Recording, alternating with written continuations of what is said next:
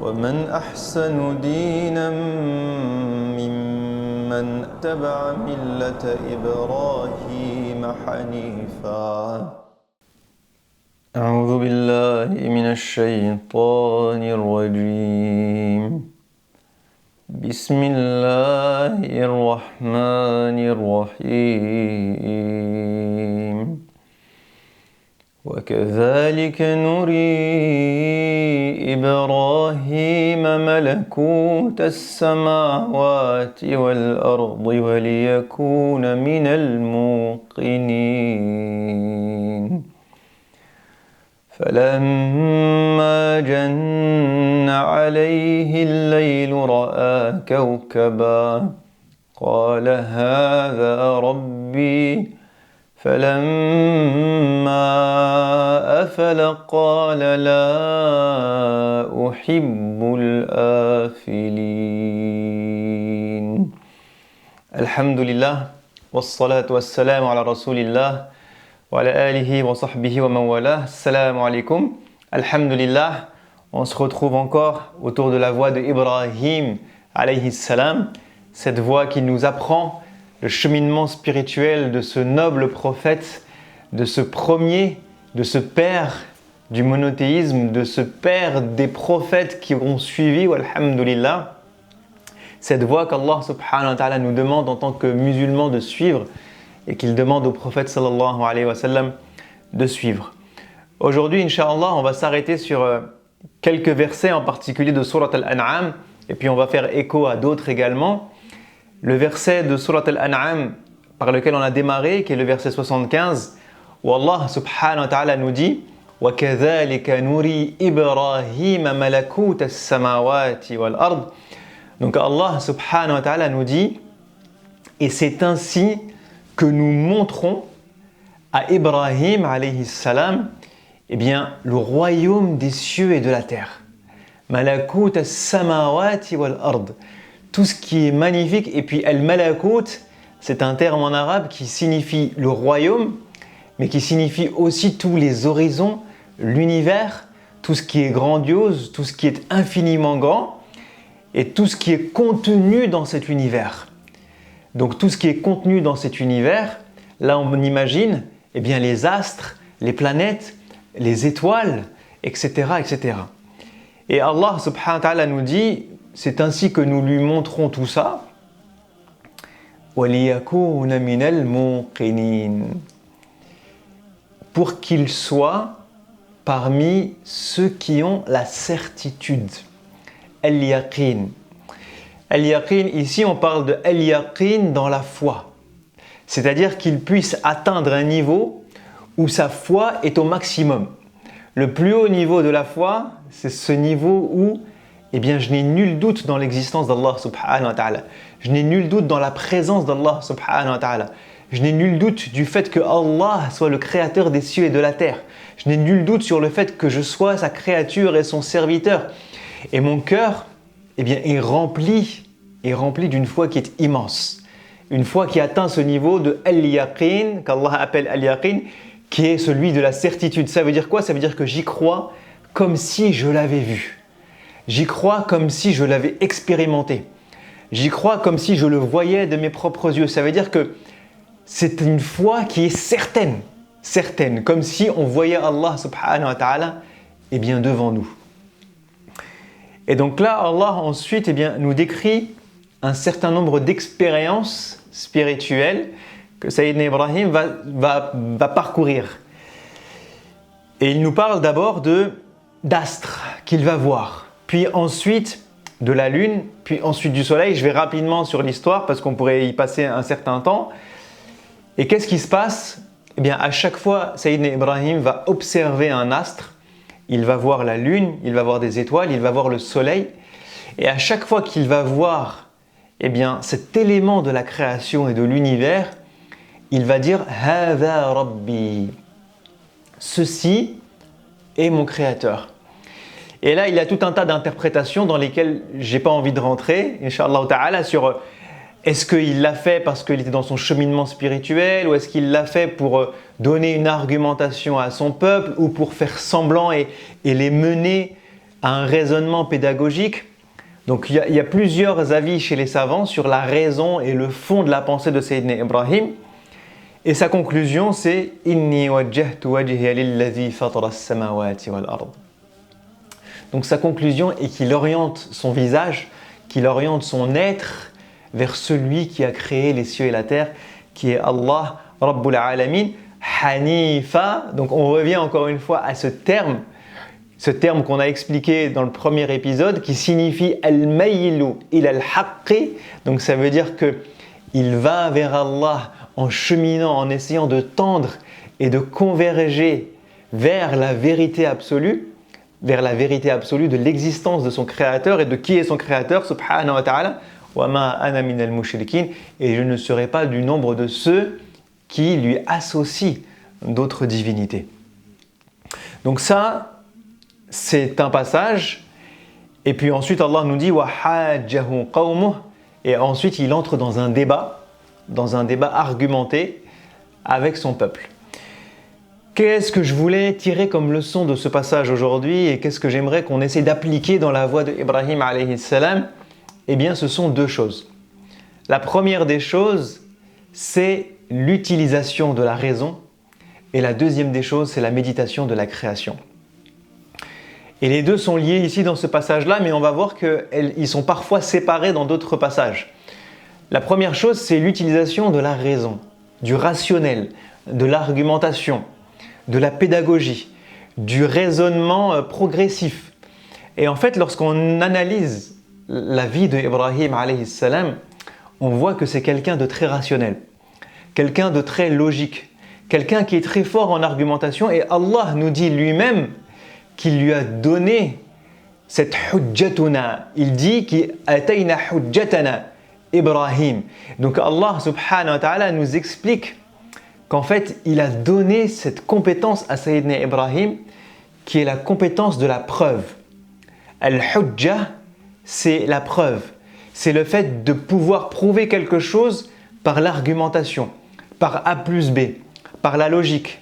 Et donc c'est pour ça que quand Allah nous dit « wa hajjahu qawmuh », c'est qu'il y a un débat, et que les uns vont mettre au défi les autres, que les uns vont demander des preuves évidentes à certains, une argumentation à certains, une explication à certains, que chacun puisse démontrer par A plus B eh bien, la logique de ce qu'il prétend, la logique de ce qu'il est en train de proclamer, de dire ce en quoi il croit. Et donc Allah subhanahu wa ta'ala nous explique que ça c'est une compétence de Sayyidina Ibrahim alayhi salam, cette notion de hujjah, cette notion d'argumentation, de preuve, d'apporter une logique à son phrasé, à sa pédagogie, à sa croyance. Et lorsqu'on parcourt tous les versets où Sayyidina Ibrahim eh bien, s'exprime, on voit qu'il y a toujours une logique. Lorsqu'il parle à son peuple, il va argumenter en leur disant « Mais est-ce qu'ils vous entendent? Est-ce qu'ils sont capables de répondre à votre appel? Est-ce qu'ils sont capables de manger et de boire? Est-ce qu'ils sont capables de vous donner quoi que ce soit ?» Et donc Sayyidina Ibrahim n'est pas juste en train de dire à son peuple « Eh bien vous savez, ces divinités ne servent à rien et croyez-moi, c'est moi qui ai la vérité. » Non, il est en train de dire à son peuple « Venez, on réfléchit ensemble. Qu'est-ce que vous pensez de cet argument-là? Qu'est-ce que vous pensez de cette chose-là » Il essaye de les amener à la conclusion par eux-mêmes qu'il n'existe qu'Allah subhanahu wa ta'ala. Pareil, lorsque dans Surat Al-Anbiya, il essaye d'amener son peuple, lorsqu'il casse certaines statues et que son peuple arrive et qu'il demande « Mais qui a fait ça ?» Il leur répond « C'est lui. C'est la plus grande des statues, là, la plus grande de vos divinités qui a cassé toutes les autres. » Et pendant une fraction de seconde, ils y croient.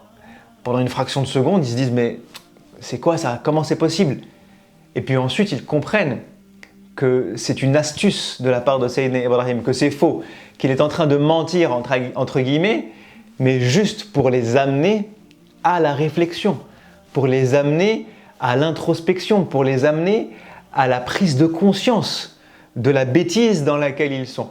Et donc Sayyidina Ibrahim est quelqu'un qui a toujours ce raisonnement logique, toujours cette rationalité et toujours cette capacité à argumenter de manière pédagogique et à amener les gens qui sont autour de lui à une conclusion logique et rationnelle. Alors pourquoi est-ce que je suis en train de vous parler de tout ça?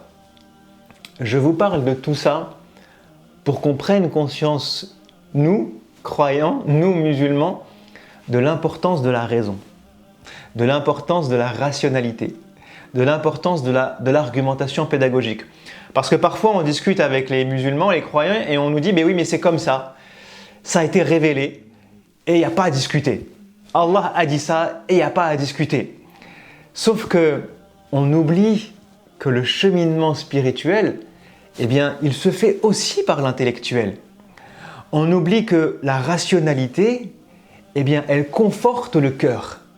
Que le fait d'avoir des arguments rationnels par rapport à l'existence d'Allah subhanahu wa ta'ala est quelque chose qui me permet d'ancrer encore plus la certitude et la foi dans mon cœur.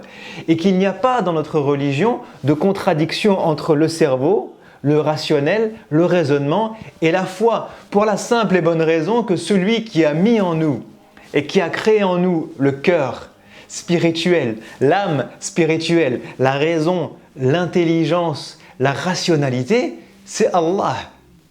Donc Allah subhanahu wa ta'ala ne peut pas créer en nous ces choses-là et qu'elles nous mènent à des conclusions différentes ou qu'elles soient antonymes, qu'elles puissent être aux opposés d'un point de vue de la conclusion.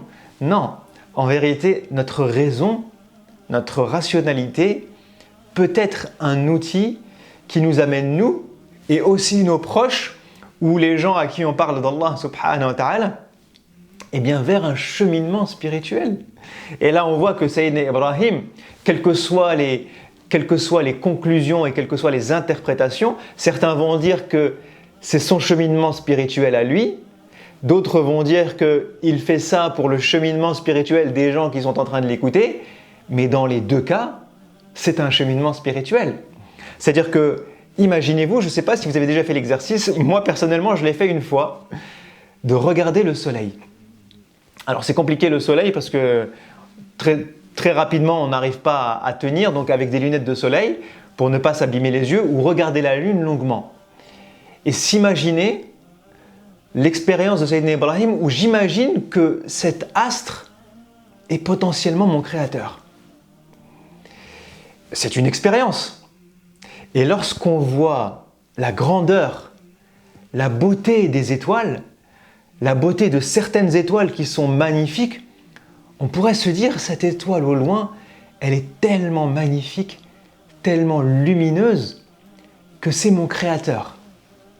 On imagine ceux qui sont en train d'entendre l'argument de Sayyidina Ibrahim. Ça pourrait le faire, mais cette étoile disparaît. Mon créateur ne peut pas disparaître. Le créateur des cieux et de la terre, celui qui veille sur nous, celui qui maintient le cosmos et l'univers, celui qui permet à tout ça de tourner et de vivre, il ne peut pas disparaître. Et je refais l'expérience avec quelque chose de plus grand, la lune, puis quelque chose de plus grand, le soleil. Et lorsque vous regardez le soleil avec méditation, vous vous dites, c'est majestueux le soleil. C'est une création qui est magnifique le soleil. C'est beau le soleil. On comprend pourquoi certaines civilisations, comme les Égyptiens, ont eu des dieux soleil. On comprend pourquoi, comme dans l'histoire de Bilqis avec Sulaiman, certains se prosternent au soleil. Parce que lorsqu'on voit cet astre qui est si grand, qui est si beau, qui illumine, qui donne la vie, qui permet de réchauffer, qui permet aux plantes de pousser, qui permet à la journée de se faire, on se dit, ça pourrait être mon créateur. Mon créateur est en train de me regarder. Il est en train de passer au-dessus de moi. On pourrait imaginer ça dans une approche spirituelle de l'observation de la création. Mais Sayyidina Ibrahim ensuite arrive à cette conclusion aussi, que le soleil disparaît et que mon créateur ne peut pas disparaître et que mon créateur est forcément bien plus grand. Il y a plus grand que le soleil. Il y a plus grand, l'univers est plus grand que le soleil. Et donc de proche en proche, Sayyidina Ibrahim amène selon les interprétations, soit sa propre foi, soit la foi de ceux qui l'écoutent, à ce cheminement pédagogique de Allah subhanahu wa ta'ala est le créateur de tout ce qui nous entoure. On voit par exemple que Sayyidina Ibrahim, dans Surat al-Baqarah, demande à Allah subhanahu wa ta'ala « Arini kayfa tuhyil mawta » Montre-moi, ya Allah, comment est-ce que tu donnes la vie aux morts? Comment est-ce qu'on va ressusciter? Mais Sayyidina Ibrahim, vous pensez qu'il n'a pas la foi en Allah? Allah lui dit « Qala awalam tu'min » Est-ce que tu n'es pas croyant? Tu ne crois pas au jour dernier? Tu ne crois pas à la résurrection? Tu veux la voir de tes propres yeux? Comme le dit le terme ici, « Liyakuna minal muqinin » tu veux en avoir la certitude. Et tant que tu ne l'as pas vu, tu ne le crois pas. Comme dit le dicton, « Je ne crois que ce que je vois ». Et Sayyidina Ibrahim répond à Allah, « Qala bala, walakin liyatma'inna qalbi » Bien évidemment que je crois au jour dernier, que je crois en la résurrection, ya Allah. Mais je veux que mon cœur soit encore plus apaisé, que la foi dans mon cœur augmente encore plus, parce que lorsque je vois des miracles divins, eh bien ma foi augmente, parce que mon rationnel comprend des choses qu'il ne comprenait pas avant, et parce que mon cerveau voit ses limites. Parce que mon cerveau voit ses limites. Tout comme Sayyidina Moussa demande à Allah de le voir, tout comme les apôtres, les compagnons de Sayyidina Isa, demandent à Allah ce miracle, parce qu'ils veulent également un miracle pour que leur foi augmente et pour que ce soit un signe miraculeux pour les générations à venir.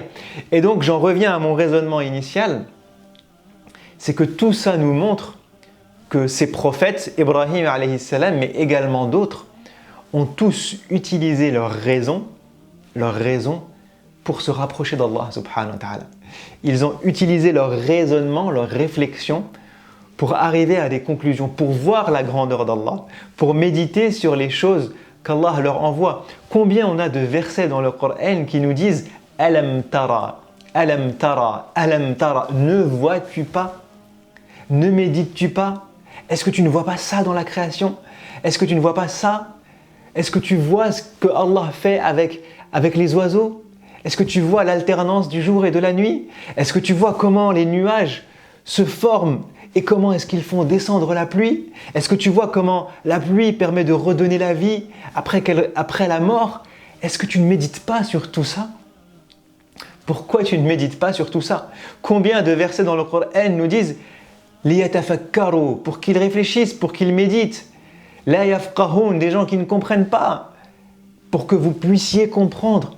Combien de versets nous parlent de « ulul albab » les gens qui sont doués d'intelligence et pour qui il y a des signes miraculeux dans la création. Allah nous dit que innama yakhsha Allah min ibadihi al-ulama. Les savants sont plus proches d'Allah. Les savants ont une crainte plus élevée d'Allah. Les savants ont une foi plus grande d'Allah. Et lorsque vous regardez les versets qui précèdent ce verset-là, eh bien, il s'agit en particulier de versets qui parlent de la création. Comme si la création eh bien, nous permettait de connaître Allah. Il ne s'agit pas ici des savants qui connaissent la théologie et la jurisprudence. Il s'agit de ceux qui sont savants en Allah, de ceux qui connaissent Allah mieux que les autres. Al-ulama sont ceux qui ont cette science de la connaissance de qui est leur créateur subhanahu wa ta'ala en premier lieu. Et donc le conseil que je veux me donner et que je veux vous donner, c'est d'abord eh bien, d'arrêter de croire qu'il y a un truc dans notre religion qui est « je dois enlever mon cerveau et juste obéir ». Et oui, on dit à Allah « sami'na wa ata'na ». Quand Allah nous demande quelque chose, on suit la voie d'Allah subhanahu wa ta'ala. On fait ce qu'il nous demande, bien évidemment. Mais la question n'est pas là. Mais faire ce qu'il me demande ne veut pas dire le faire sans comprendre. Ne veut pas dire ne pas chercher dans la création les signes que ma raison va assimiler et qui va permettre d'augmenter ma foi. Ça ne veut pas dire ne pas chercher avec ma raison les sagesses qu'il y a derrière ce qu'Allah me demande. Et il y a 1 milliard de sagesses dans toutes les adorations, tous les comportements, toutes les choses qu'Allah nous demande. Le prophète sallallahu alayhi wa sallam nous dit, il n'y a pas une chose dans laquelle il y a un bien pour vous sans que je ne vous l'ai ordonné, et il n'y a pas une chose dans laquelle il y a un mal pour vous sans que je ne vous l'ai interdite. Mais ça veut dire quoi? Ça veut dire que ce qu'Allah nous demande de faire, il y a toujours un bien dedans, rationnel. Et ce qu'Allah nous demande d'éviter, il y a toujours un mal dedans, de rationnel. Et donc, oui, on suit la voie d'Allah parce que nous sommes des adorateurs. Et lorsqu'on adore Allah subhanahu wa ta'ala, on s'abandonne à Allah, on fait confiance à Allah, on suit la voie qu'Allah nous demande. Ça, c'est la confiance qu'on place en Allah subhanahu wa ta'ala. Mais cette confiance-là n'est pas contradictoire avec notre raison. Et lorsque notre raison comprend ce qu'il y a derrière le décret divin, eh bien notre confiance en Allah augmente. Notre foi en Allah augmente. Nos adorations prennent un goût différent. On voit l'histoire de Sayyidina Moussa avec Al-Khidr, dans laquelle Sayyidina Moussa va vivre cette expérience où Al-Khidr, dans Surat Al-Kahf, va lui faire vivre des choses qu'il ne comprend pas. Et il lui dit lui-même au début, « Mais comment tu vas endurer alors que tu ne vas rien comprendre? Tu ne vas pas comprendre. Tu n'as pas la science, le savoir divin. » Et petit à petit, il chemine. Et tout comme Sayyidina Al-Khidr l'attendait, eh bien Sayyidina Moussa ne comprend pas les événements. Mais lorsque l'histoire s'arrête, eh bien Al-Khidr lui montre les sagesses qu'il y a derrière. Et ces sagesses-là permettent à son cerveau de comprendre rationnellement eh bien, quelle était la sagesse, la raison qu'il y a eu derrière ces 3 décrets divins qu'il a vécu sans comprendre. Et cette raison-là, cette rationalité-là, eh bien, permet d'augmenter sa foi. Elle permet de faire grandir Sayyidina Moussa. Elle permet de faire cheminer Sayyidina Moussa spirituellement. Et donc ça, c'est quelque chose du coup que je m'invite à faire et que je vous invite à faire. Eh bien, c'est de méditer sur les versets d'Allah, de méditer sur la création d'Allah, de méditer sur les adorations qu'Allah nous envoie, de réfléchir à chaque élément, chaque signe qu'on voit autour de nous. Sanurihim ayatina fil afaq. Allah nous dit qu'il va nous montrer ces signes dans l'univers et à l'intérieur de nous-mêmes, dans notre création, dans nos émotions, dans nos manières d'être. Nos enfants sont des signes.